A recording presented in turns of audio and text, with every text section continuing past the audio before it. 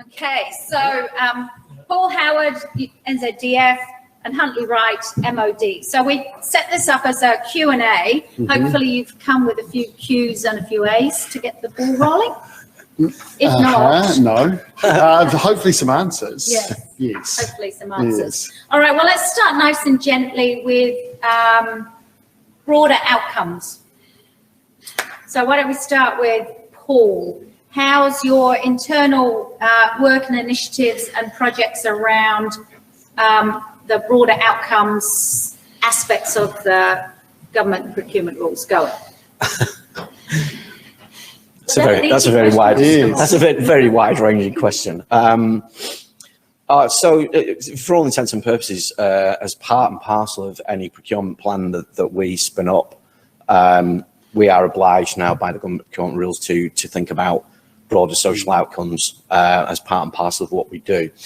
That doesn't necessarily mean that we're always going to insert something because it might not be appropriate. So I have to sort of emphasise that we can only do it where it makes sense. But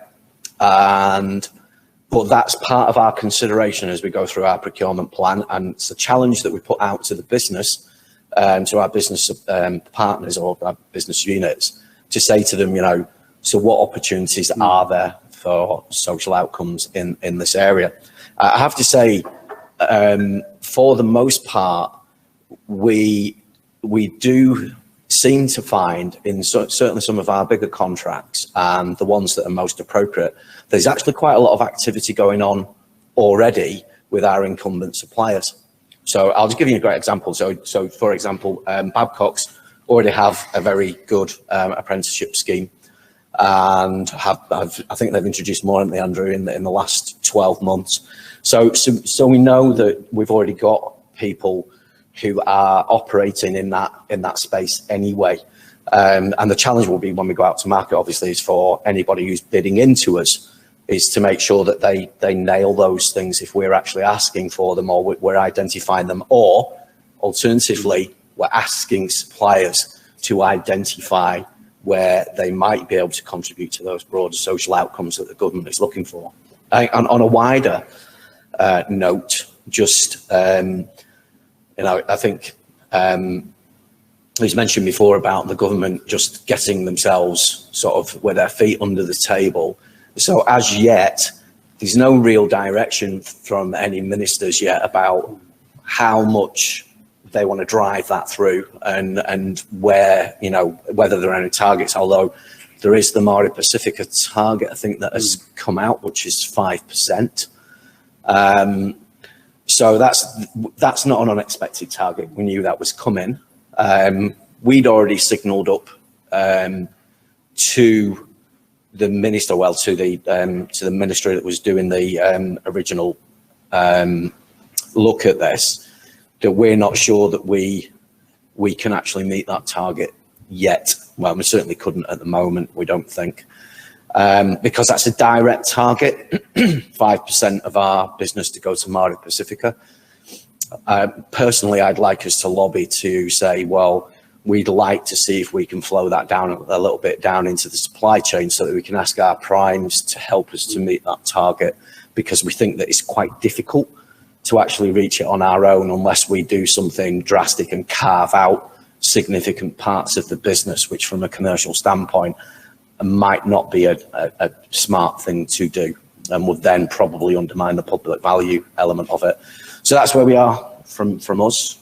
So just before we move on to Huntley then, so I think it came through very strongly in Ideas Part 2 that there are a larger number of Mare Pacifica businesses out there doing remarkably good things, not necessarily known about. So throw Debbie in here. Are you ready for unsolicited representations, visits, communications from Mare Pacifica businesses? Well, given that they're unsolicited, we're never ready. Ready to receive them. Is the mailbox open? Yeah, of course, of course. I mean, because I think, if you don't know who they are, and we can help encourage, bring them in, but it would mean, so pump them all through the industry mailbox Debbie? Yep. Yep. So, because I think, as a result, when the rules came in on the 1st of October last year, we were expecting much faster movement. COVID's thrown all of that out of the window. So I think the groundwork's already been done. So we'll encourage people to start pumping through to Debbie. And I think the other thing is our 8 Minutes On series. We can start getting out there and producing 8 Minutes On for Māori Pacifica businesses, which we can then push through to your team, so they don't have to be going out looking. We can help do a bit more of the bringing people to you. Because I think working together, I think you'll be amazed that you could get to 15. So interestingly, when the Australian Tax Office were imposed with a Indigenous business quota, and I think you've met Paul, who talked about this in the past, that they blew the target out of the water just by saying we're ready to talk. So I think with a combination of even more work with the primes, and I hope next year one of the features of our events will be more capability requirements conversations from all of the primes talking about who they're wanting to talk to. So, because at the moment those activities are probably too independently, and we need to bring everybody together. Yeah. Awesome. So, Huntley. I would say, I suppose you could say our approach to broader outcomes is still evolving and will continue to evolve. As many of you will be aware, the predominantly contracting model that we use within the Ministry of Defence is to go with a single prime supplier. And that model will continue to be predominant as long as we're acquiring major pieces of military capability. It's low risk for us, and there is the expertise external to deliver what we want. So initially, when we looked at broader outcomes, the focus for us was primarily around, well, how can we encourage those primes to make sure they do engage New Zealand suppliers under the broader outcome category of opening up government procurement to local industry. And I think we've been relatively successful in that. It's still, there'll still be some surprises, but as I say, I think we've got a good model, and I certainly think, primes being relatively sophisticated, they can also read the political winds, and they're keen to support broader outcomes just as we are. Now, I suppose, nearly a year into it, I think we could probably become a little bit more sophisticated in how we actually chart those broader outcomes. So it's not just about primes indicating to us who are the New Zealand suppliers that they're subcontracting to, but also what are the actual benefits that are flowing down as part of that, whether it's, increased in apprenticeships, those types of things. You don't have to just be a New Zealand supplier to generate broader outcomes. Overseas companies can do that, and we want to get them thinking in those terms as well. Yeah. So, and I think a lot of people will be aware of the equivalent broader outcomes, very public debate in Australia between government and the primes about whether the reporting had been as accurate and whether there was as much happening. And I think hopefully there's a lot that New Zealand can learn from what's worked and not worked there to try and help bringing everybody through together. Yeah. Jen, yes. Just ask, with respect to broader outcomes, as you do that work around understanding better and being able to articulate it, we ask you in the future to be able to feed back to this group, because it's important, I think, for New Zealand subcontractors and particularly those primes to be able to explain the benefit of inclusion of the New Zealand government. So it's important for us to understand what it's being looked for as it is for the prime to be able to articulate the benefit to you. So I could ask you both to absolutely coming back and explaining that at the future stage. So because Huntley's next to the microphone, if you could just... We're actually equally. I know you are, but I'm throwing you in. Could you summarise, Tracy, what Andrew just said so that everybody in the platform can hear? Okay, Yes. sorry.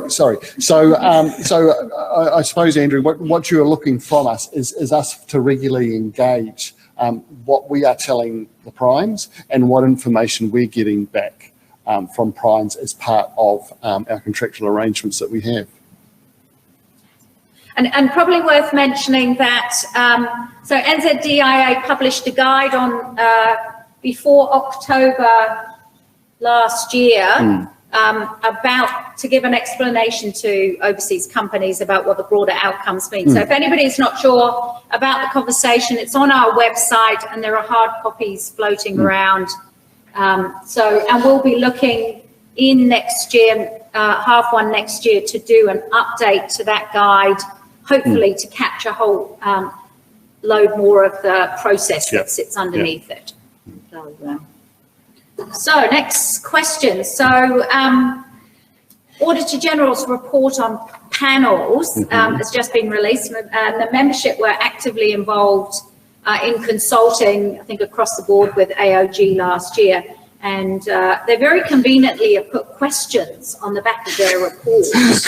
I'll just show you. That's the report. So I've seen them very familiar with the report, Jenny. Yes, and so the questions very conveniently, it seemed wrong not to ask the questions, but not all of them. So the first question they posed was for agencies to consider is how often does your organisation talk to all suppliers on its panels to share information about work that's been awarded, different ways suppliers can deliver. So sort of an update from both of you on that challenge from... Do you want me to go first? I think I'm in a lot easier position. I think probably are. So obviously, as we sort of talked through today, we're in the process of establishing a panel. Traditionally, we haven't had agency-specific panels.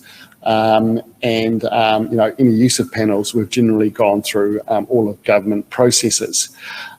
So we have read the report, and that's certainly something that we will look to do with our technical and support services panel.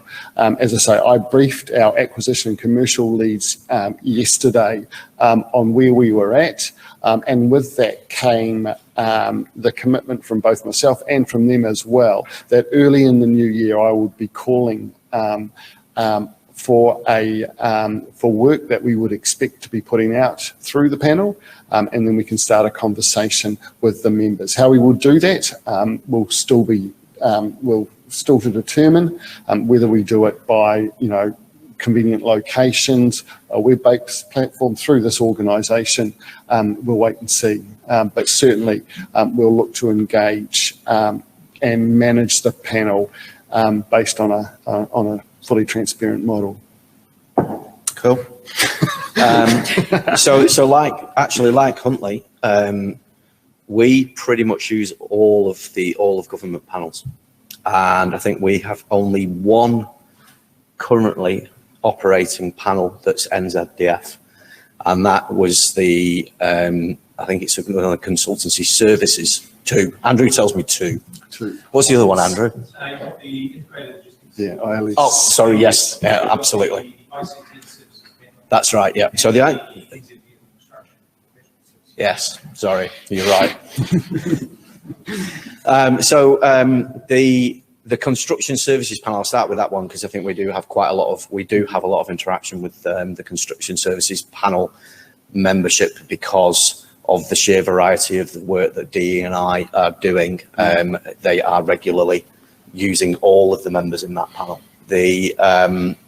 I don't think we do any programmed sit down with those suppliers, but they are still monitored for performance. The ICT services panel is a panel that we've got that has been extended in anticipation of the all of government panel actually being stood up, which was supposed to happen 3 years ago and still hasn't happened. So we're sort of holding that baby again. We engage a lot in terms of the suppliers on that panel, again, I don't think we've sat down and talked to them. And again, but we do know about performance issues, if there are any. In terms of how, and I've said this before, in terms of how we actually do our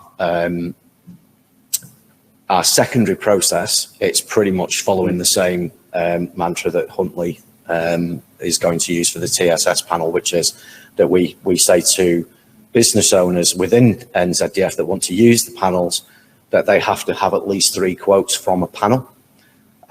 We encourage them to have more. If we've got a manageable number of suppliers, we encourage them to go out to all of them. They don't often do that, but and usually that's because they're saying that they don't want the time that's involved in consulting every member of the panel, and they only are obliged to take 3 at least.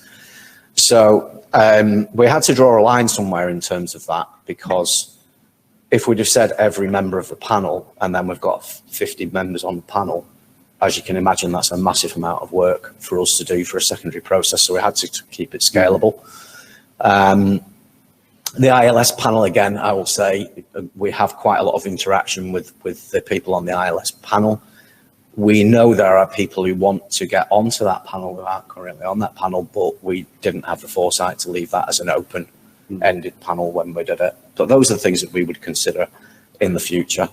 And just to sort of finish off the whole thing, so last week, the Procurement Functional Leaders Group held a workshop to talk about all the syndicated, current syndicated contracts across government and what the future was for some of those, because as you know, so we've currently got Project Warrior out at the moment, which is the apparel clothing contract. That was a syndicated agreement with the police and MPI. It's no longer a syndicated agreement because they said MPI and police said they didn't want to take part in the next iteration of it.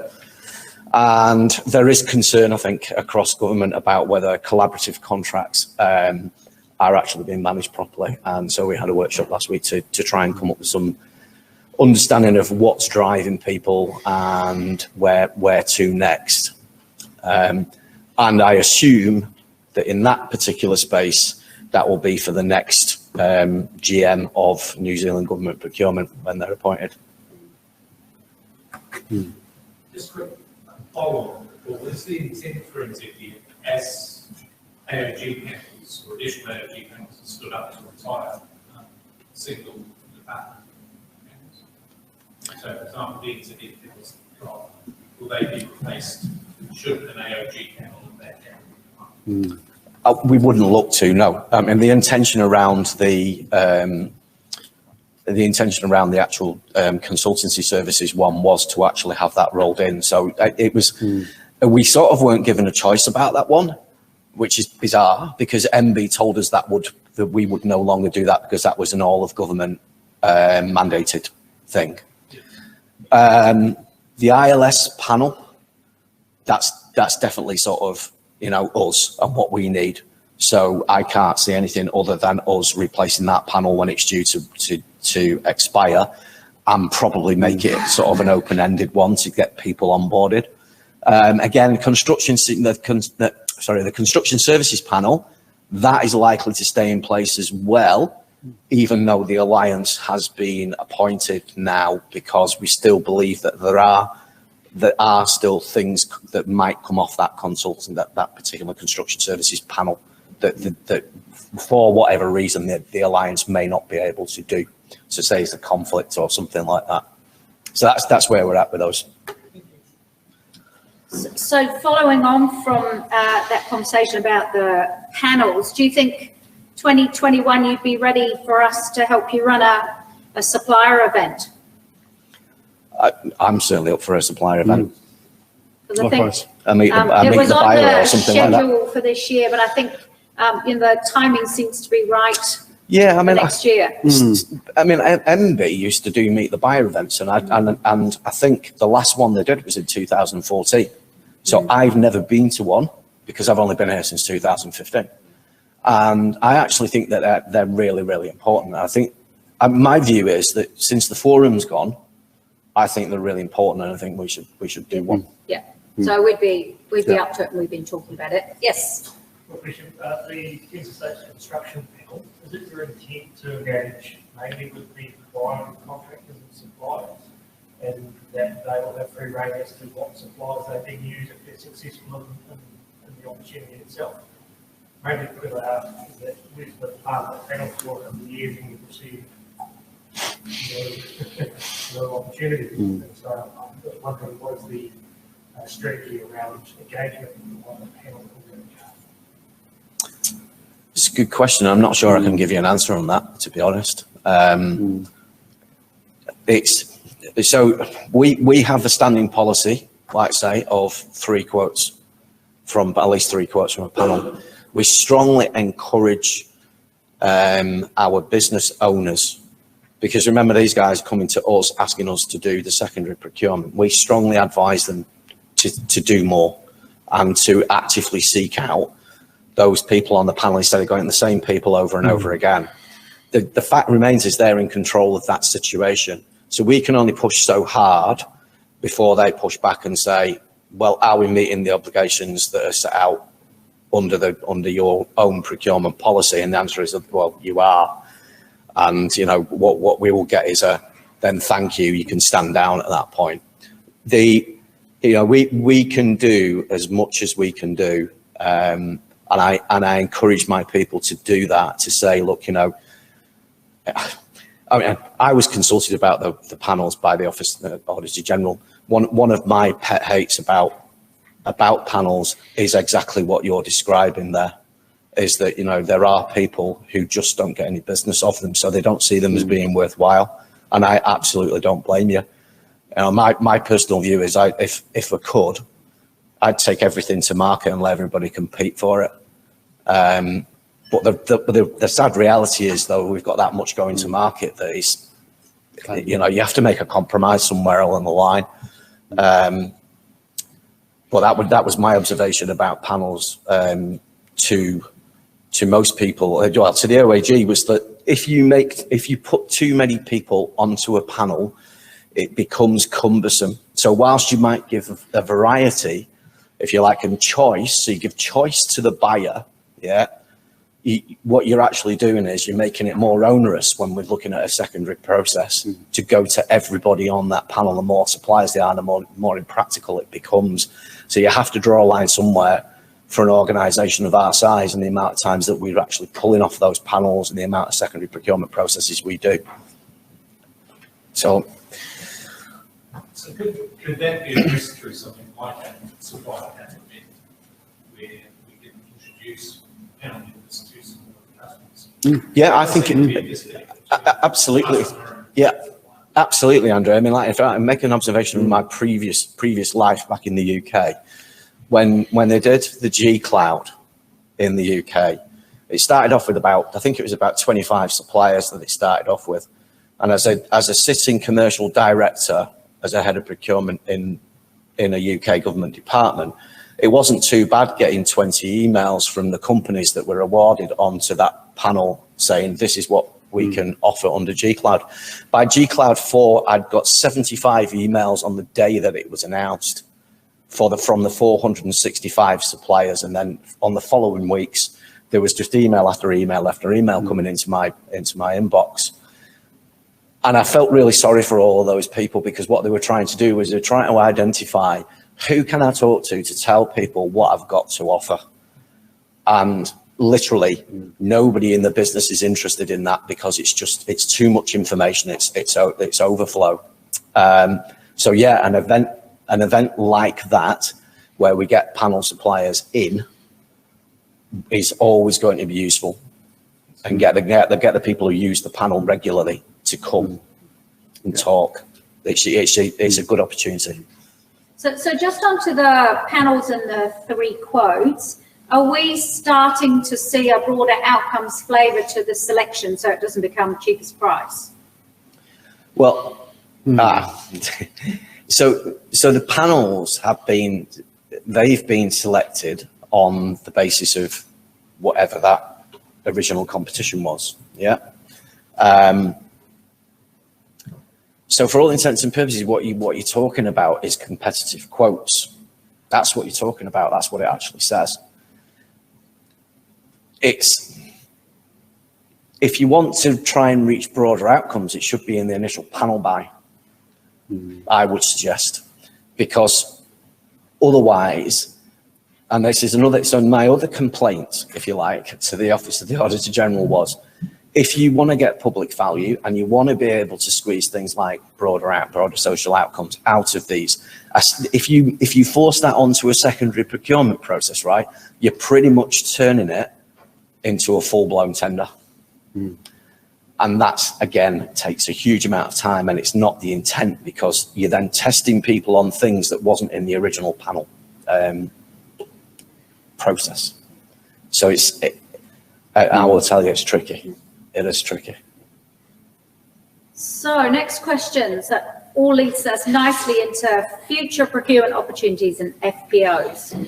Are we now going to see, because you've been good over the last couple of years of standing up here when industry's been saying, why is there not much on the procurement plan list? Now that we have future procurement opportunities, and the rules sound to me very much like encouraging agencies to put more of the panel work on there as future procurement opportunities, when are we going to see more of the volume of them? So, as I understand it, we are not necessarily obliged to put the secondary procurements on there. Yeah. And I'll reiterate what I've said before. We do use the panels a lot, actually, for quite a lot of throughput. So we are not actually out to market that often. So the FPOs are, so there's a double whammy here. So, and the two things is we're actually not out to market that often in terms of what we actually do in terms of procurement, because a lot of it is secondary procurement through the panels. The other observation I would make is we are still in a constant battle with our business owners for them to fess up what they're doing. So whilst we've really improved in terms of getting early engagement from the business, and I'm hoping that will start to show that, But obviously now the difference between the APP and FPOs is they're not static, yeah? So once we identify stuff coming down the pipeline, we will be putting it onto the FPOs. And so we're having to educate the businesses as well, the business owners as well, that a future procurement opportunity, right, may never eventuate into a procurement. And I don't think industry minds that, and I think industry understands. Yeah, and so no need to be fearful. Yeah, and it's not industry that's the problem. Yeah. It's the business owner who fears putting something on there because it exposes them in terms of, we've got this pet project going and we don't necessarily want anybody to know at the moment. And we're going, no, get it out on there, because if it doesn't eventuate, it doesn't eventuate. And the industry is comfortable with that. So the major battle we have is internally, getting people to understand what the intention is behind the FPOs and getting them to actually do it. And to my recollection, the FPO wording was very much around the good practice, highly encouraged to put as many projects out there. Because I think one of the things from where we were sitting during COVID is that businesses are making decisions about whether they needed to make people redundant. What were the pipelines looking like? And as they're asking for money from their owners, lots of projects in the FPO list would at least give them a better conversation with the owners and the guys who give them money to do the bids. Otherwise, we actually never get New Zealand out of that trap. And I guess the other thing is it then also confirms the fact that for new businesses wanting to come into the defence market, if panels are closed, they're seeing virtually nothing. And that's not a conversation I ever want to have with new prospective members. So, so I think, and I think maybe it sounds like a good project for us to work with Debbie on in the new year, is around doing some supplier events, bringing some more people together, and then also helping with Debbie's big assistance, educate the business owners who are keeping quiet. So, hatchet job, Deb. yes. Jenny, Yes. another question about the operation. Yes. If there are some closed panels, is it still permissible for companies that want to deliver services or pitch work to be doing that through companies that are Right. So can you just repeat the question? Sorry, Andrew, say that again. Are panel vendors or selected panel vendors able to subcontract to through the panel structure to companies who currently can't find their way? I don't see any reason why not.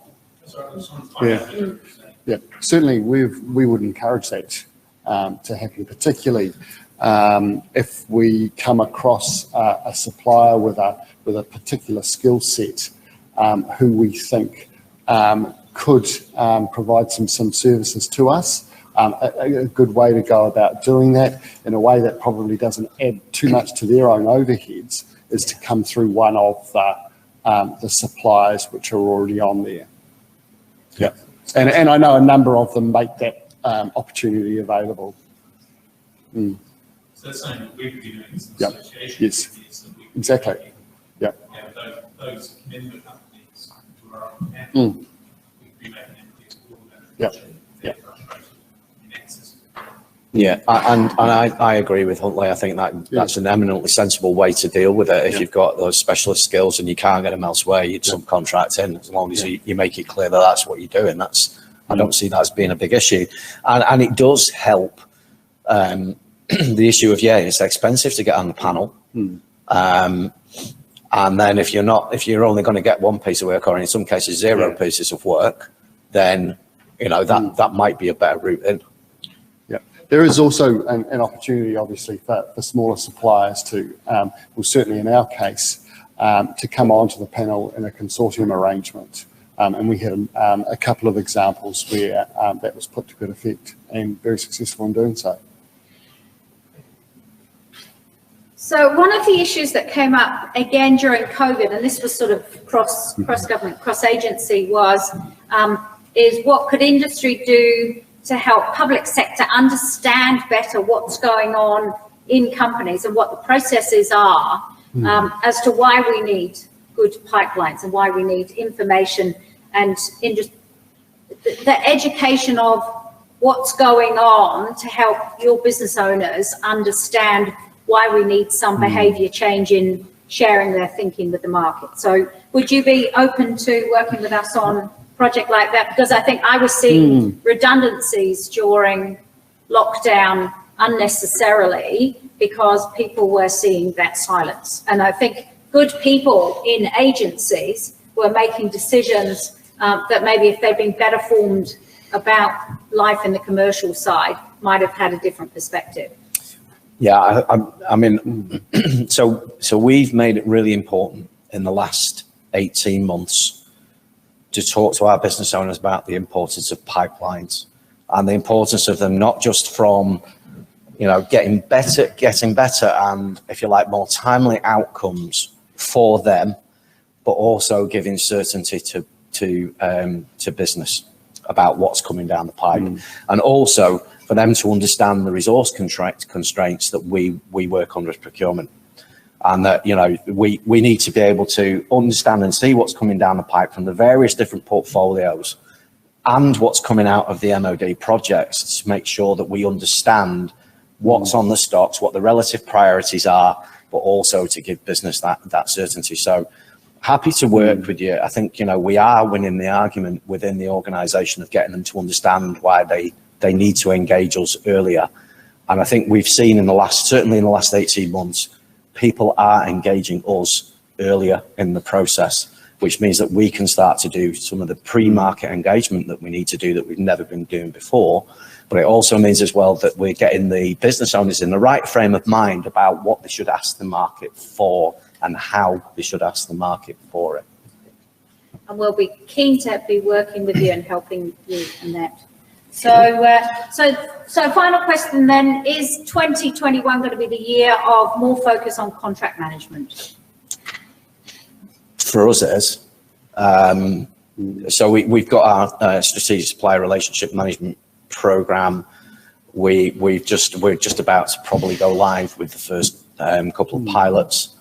Once we've done that, I'm hoping to be able to roll out fairly rapidly across the rest of our strategic partners, which I'm sure will be music to Andrew's ears at last. So I think what we've been doing is we're building the various different models of strategic relationships that we want to have and the levels that we're doing it. And we've also just in the last fortnight, we've delivered some off-the-shelf contract management training across 30 people in communications, information systems, branch, logistics, and DE&I.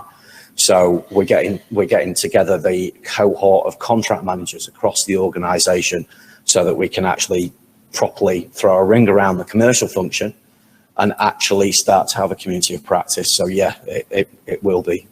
There'll be a big concentration on contract management this year. So I think one of the things we made a particular effort to do for part 2 was to bring in contract management people. So we will keep bringing in specialists from around the world so that we've got as much access to resources. So any last question in the room?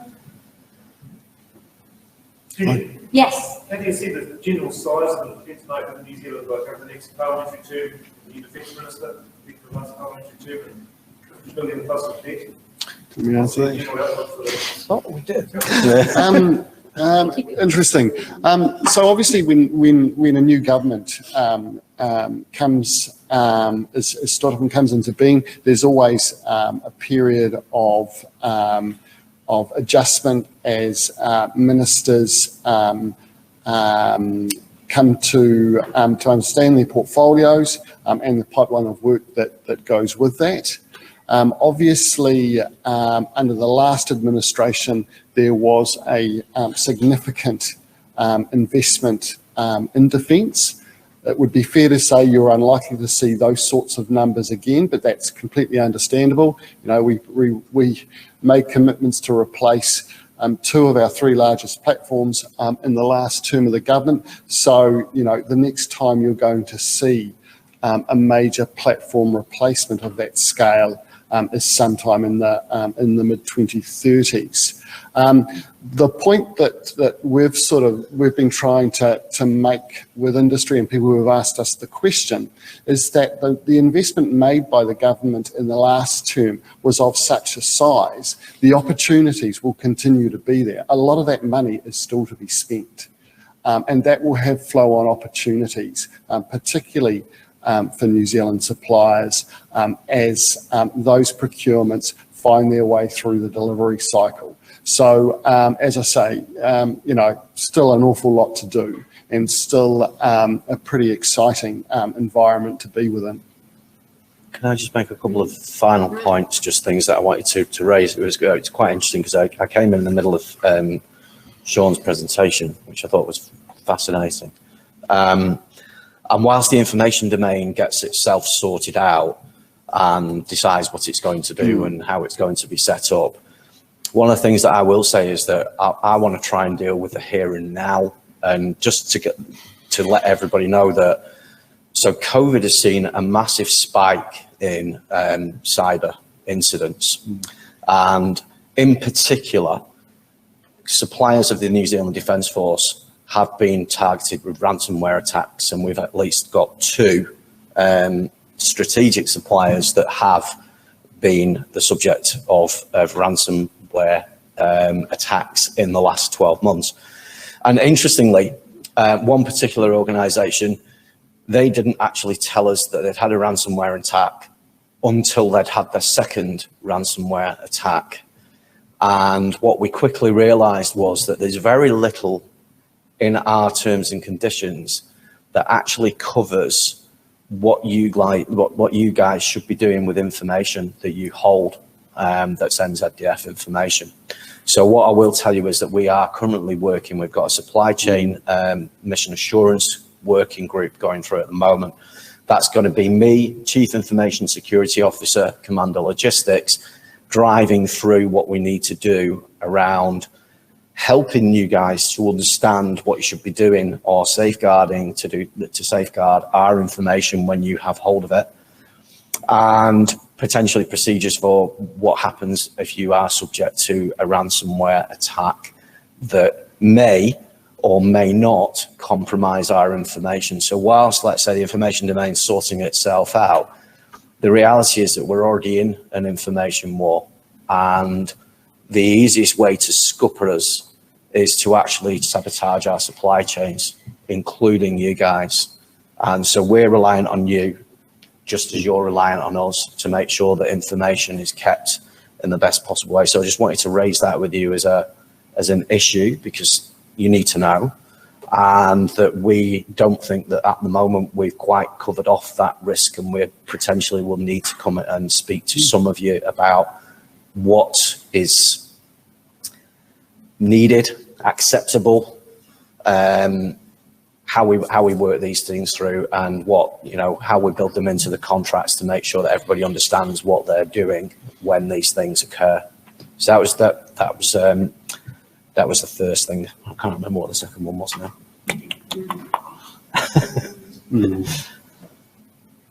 No. It'll come to you over a beer. It will. Yes. So on that note, thank you so much for standing up here. The Q&A is always a harder one because it's you don't know what's being thrown at you. So thank you for being open and honest with us. And 2021 we'll keep working together to keep New Zealand moving forward. Yeah, sure. Thank you. So, Thank you.